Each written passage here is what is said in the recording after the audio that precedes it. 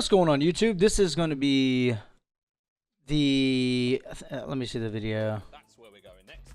And Chance, this could be very, very interesting. Again, I think this is Seattle and London.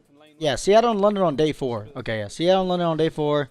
I remember watching this live, and there was a lot of questionable plays that I definitely want to do a little breakdown on.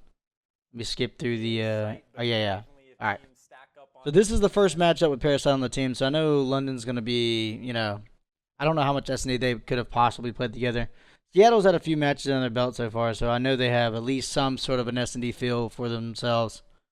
But, yeah, let's start this off. There's always the potential, but I do think B is absolutely going to be the old preferred bomb site. Of course, though, Ravens on the attack. Maps. Okay, so this is... I've never really seen a team 4-hit A lane. That's a weird setup. You need to have usually someone Tetris to at least get intel. But if they did call a strat off the rip to try to be different, like just fly A and see what happens, like I get that, I guess. Shawnee's going to go over here and try to watch under the plane and right side, and he could wallbang B-bomb too. Number 8 just trying to get intel on the close plane rush or under the plane as well. You know, you just send the guy on the stairs to wallbang B. And this guy's usually just trying to be the A lane facilitator. I actually want to see how this worked out. And right now, pressure actually towards A. Parasite. Okay, I'm not, I mean, okay, they got the kill, but now they have no map control. They just gave themselves up. So now London knows that there's at least 2 people over there. Shawnee, that gives Shawnee the ability. See, Shawnee pushed up right there because I'm sure the guy under the wing, which is Alex, saw them all running back. So Shawnee knew that he could wide peek and like overextend right here. Caught one guy rotating back. That would have made it a 3v1 off the rip. Dylan from in top as well. Seattle went with no map control and they got punished for it. Yeah, again, if you watch that mini map on these fights, yeah, that was a very I don't know. I don't know who called the 4A play, but that was a I just don't see a scenario in which that helps. Cuz let's just say theoretically they kill the guy A and they don't die, right? They still got to wrap back and get back in their positions, or they got to fly through A lane. But if you fly through A lane, Shawnee can just watch this the flank from this box spot over here, and then you got full plane control. I don't know. That was a that was not the that was not the play. Either way, no map presence, no pressure on Tetris, no pressure in the top of the plane.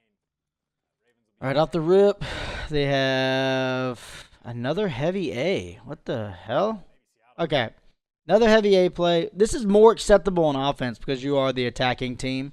I've just never seen teams like value A that much. One plane, one guy's going to be back NASA looking down the left. One guy's green tube watching the A. He's going to be on the A pillar watching like the bottom plane, and he can see the B cross. I'm guessing this guy's probably not doing anything but shoulder peeking. This guy can like pretty much help with the intel.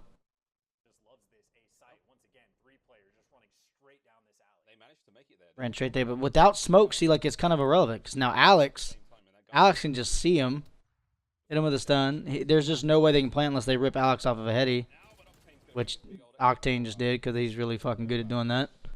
Okay, but now they're kind of huddled at A. Now got to do what they can to work with this situation. You do know for a fact there are a decent amount of Seattle Surge players trapped in the middle there. None of them have made their way towards plane. Parasite has eyes on the cross. No, Alright, see, they sent one the rat back.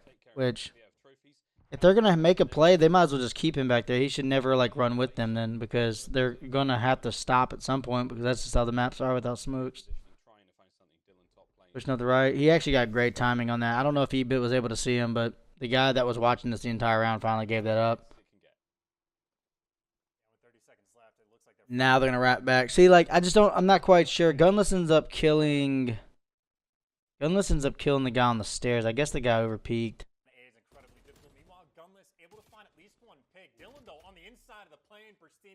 Better gun for the fight. The trades route, the bomb getting planted. Parasite by himself in 1v3, able to get the bomb planter trying. I mean, it worked, so I can't say that it was a bad play, but it's just a weird play because you don't need 4 people A lane off the rip, but it worked. I guess like they're playing more of a BO4 body stack style, which I guess you kind of have to do when there's literally no snipers or smokes. You kind of have to just body stack and trade. So I think that's fine. I've never seen any team do that.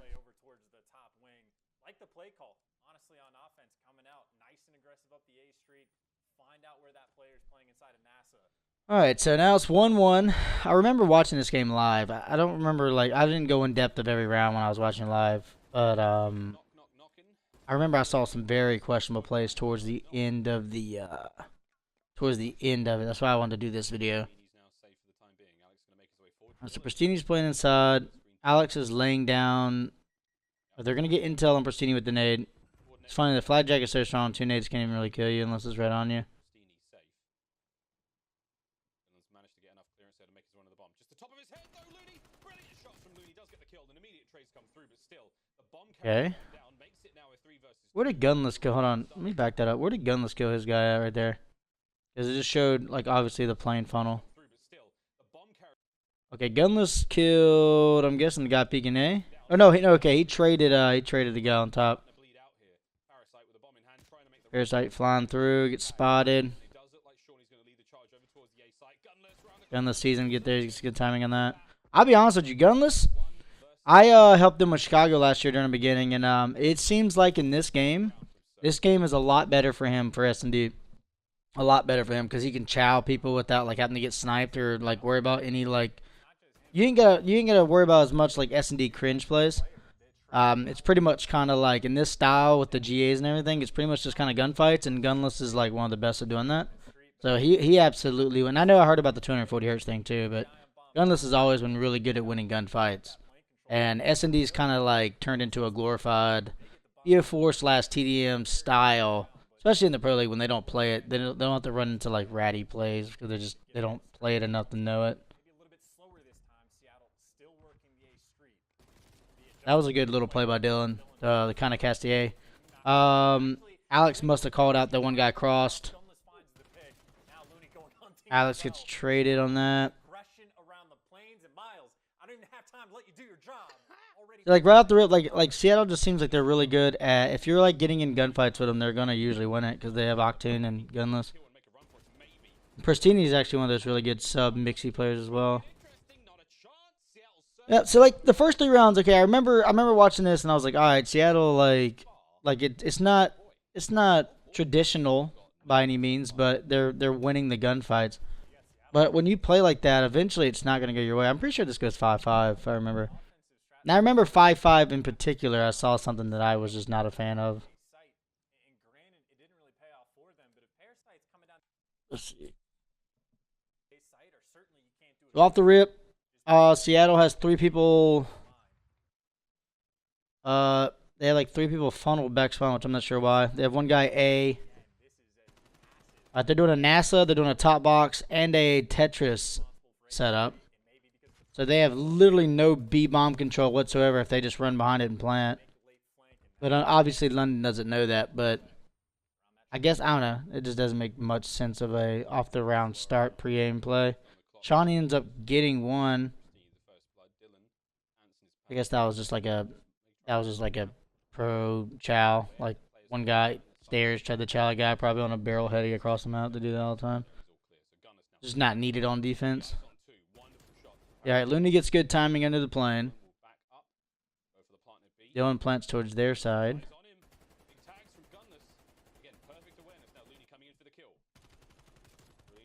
Good shots by Dylan. Now it's going to be a 3 versus 2 situation. The bomb going down just enough time to get this happen. Octane's ready to pounce. Here comes the push. I wonder what number 4 is at. Number 4 is in the back. Yeah, okay. I remember this play. It actually worked out perfect for Gunless because they planted towards their side plane. And the last thing they thought Gunless would be is the back of the spawn. The last thing they expected Gunless to be is back of the spawn because of Octane shooting over here. They just assumed like if they all wrap back here, if there was a guy, it'd be close and they could trade it. But like Gunless was literally back here, which I wouldn't even expected that. And Gunless, I swear he didn't miss a bullet the entire weekend. That man was cracked. I feel like we almost have a new character unlocked. Maybe Val. So let me skip forward, skip the best player, diffuses and all that. I'm going to try to limit these videos from being as long. Because I remember the first video I did was like 20 minutes or something like that, and it's because of a lot of the in between round stuff kind of eats up too. Again, just the sort of you set him up, I knock him down. Gunless putting in work. Octane on a 5 spree. See, I don't know why a lot of pros do that too. They don't have like a sub. Like you run a lot faster with a sub. Everyone should start with a sub in their hand and then run to their, then switch. And he is literally a new man. Like you get there a good like second or two quicker. Pros in the CDL right now. Make sure your settings are all good. Thank you. Thanks for coming to my TED talk. 240, greater than 60. 240, way better than 60. All right, so this is another tradition. This is one thing I saw London do a lot. London would push up A lane on their defense. I think they did this like 2 or 3 times.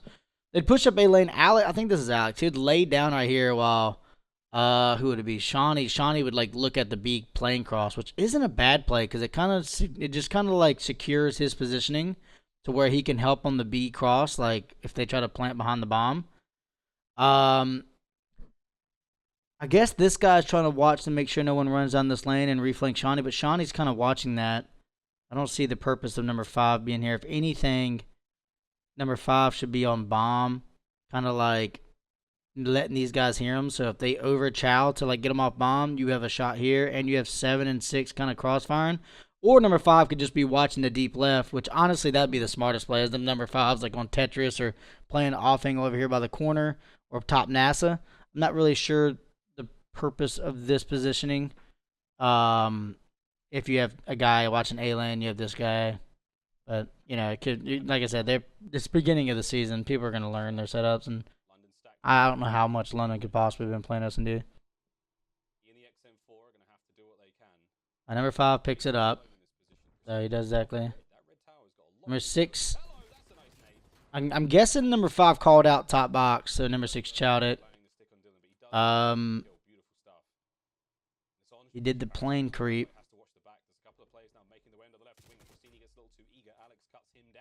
Yeah, so I remember this round was kind of much done from there.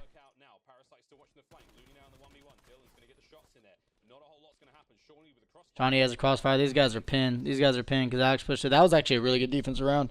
Once they got the setup going, once number 5 got intel and they got top box and Dylan won that gunfight, it's like obviously Shadow doesn't know, but all they had to really do is funnel out that guy in the plane and then plant towards their side. But obviously there's just really no way of knowing that. If he ever got antsy, felt obligated to make a play, Pristini probably ends up getting that kill.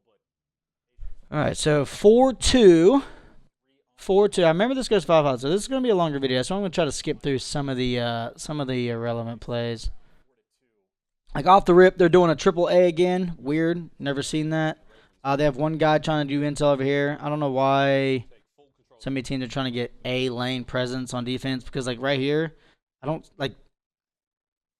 understand. Like if you get 2 guys playing control and you just get that bomb down, even on top of it to where this guy can't see it on this side of the box, and you just have one guy kind of watch the flank, like Wood could just like watch this way, then you have all playing control. And then I don't know how much pros like value the sound whoring in this game, but if you just sit in a corner and literally in these planes, you'll hear someone come up, you can just team trade all day and you're going to win because they're going to have ARs because they're playing off angles.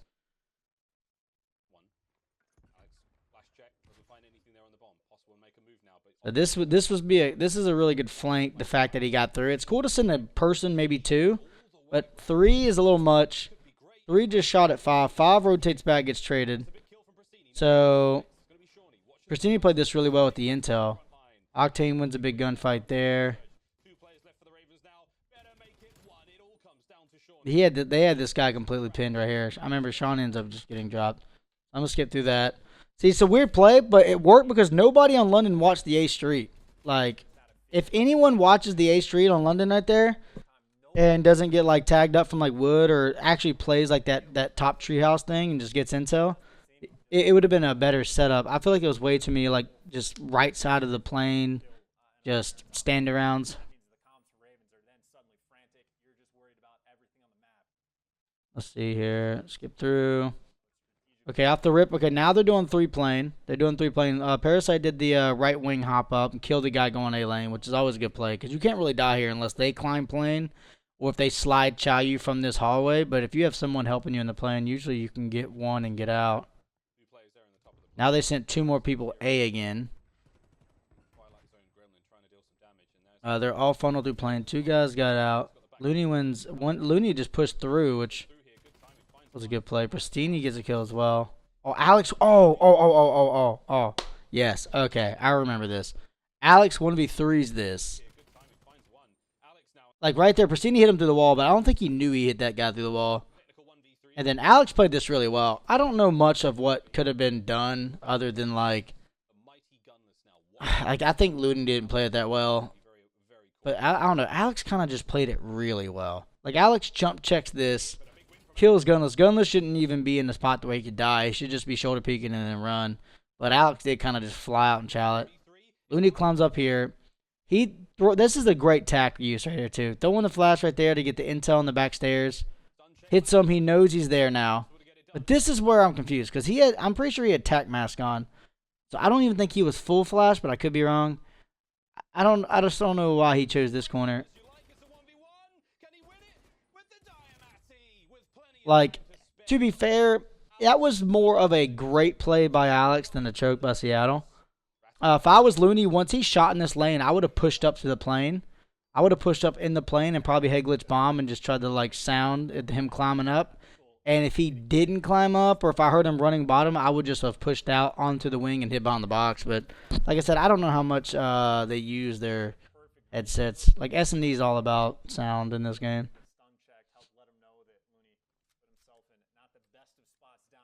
All right, 5-3. Based off of everything that I just seen, I'm pretty sure Seattle's not gonna do that A play anymore. Yeah, Seattle's doing it pretty much traditional. I'm guessing the guy stairs, the guy left wing, yeah. And another guy Tetris side. That's a good basic setup. The guy A kind of give up full control of it, but it's fine. No one's really like done anything quick other than Seattle. Okay, that right there was a big gunfight. If Pristini wins that gunfight, they win the round 6-3. Because he would have died. They would have had control of it. I think the bomb guy was on top of the wing, so Pristini could have ran back towards his side before he dropped down. Then Octane would have traded the chase, and it would have been over. That's just one of those, like, that was just a really good win by Alex. Parasite almost gets a kill. Then he shoots him. The nade, I don't even think hit him, which I don't even know how that's possible. I don't know where he threw it. Parasite, that's a huge win by a sub. Gunless takes him. I think Gunless ends up being in like a 1v3 or something. Like they have full B-bomb control. Both Seattle players were just in the depths. That would have been huge if he got that kill. Parasite's 10 HP. Let's see. Plants it. I think they just trade him. Yeah, they trade him plant. After that, it's just Gunless running around trying to find people. There's just nothing that can be done there. That literally came down to if Pristini won that gunfight, it would have been a GG's. But you can't really blame it. It happens. All right, right here. Let's see.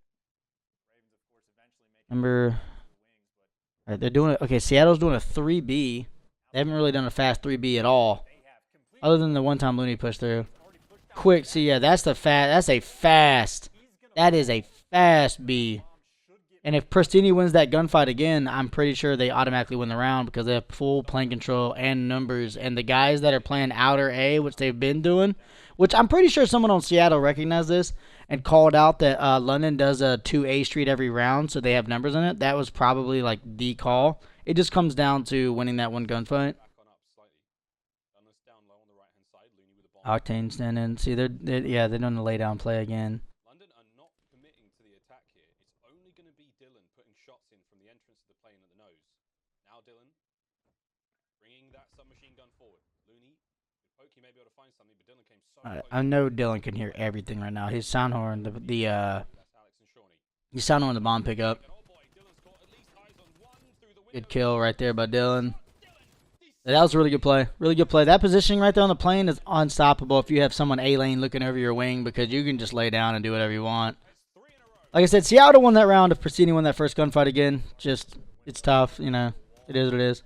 So now it's 5-5. Now this 5-5 right here, was very questionable, but it ended up working out for Seattle anyway.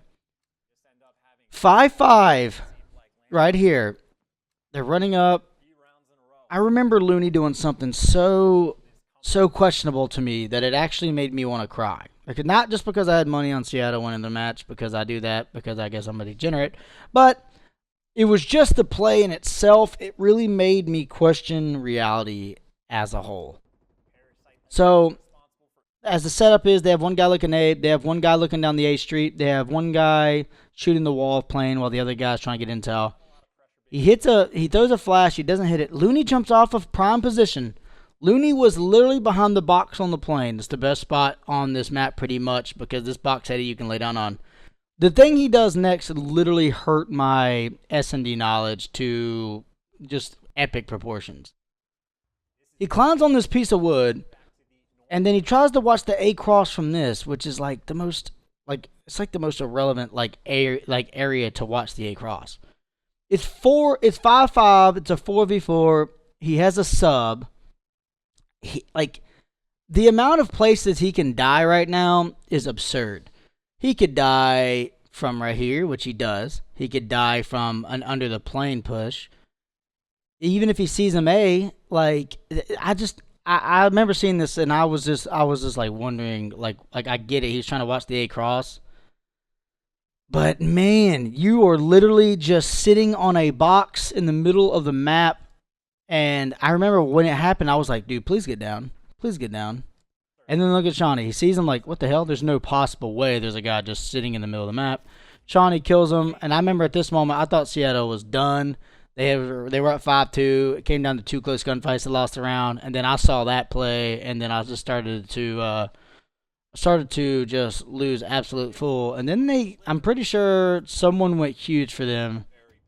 Kind of blacked out after I saw that. So I don't remember how they went. So let's see it. One guy on the stairs, one guy pushing up to where Looney died. Pristini wall banging. Okay, Gunless killed somebody. Okay, let me see this. Where did Gunless get this kill? Gunless is at, okay, number 4. Where did he kill? Did Parasite must have overpeaked the bottom. Okay, Parasite's bottom right wing. He was on the barrel head. He tried to chow the A cross, and Gunless was a completely different animal this day. You're not going to win that. I'm pretty sure Parasite probably had a sub too, because he's been rocking a sub. I'm not sure of that. But I just know that wasn't really necessary. Now it's 3-3, kind of made up for the Looney play. And Octane's playing in a great spot. This is the spot that Looney was in, the lay down spot on the wing. This is the best spot you can be in because you can sound everything running through. You can look through the window if he's planting. You could literally help any pushes going.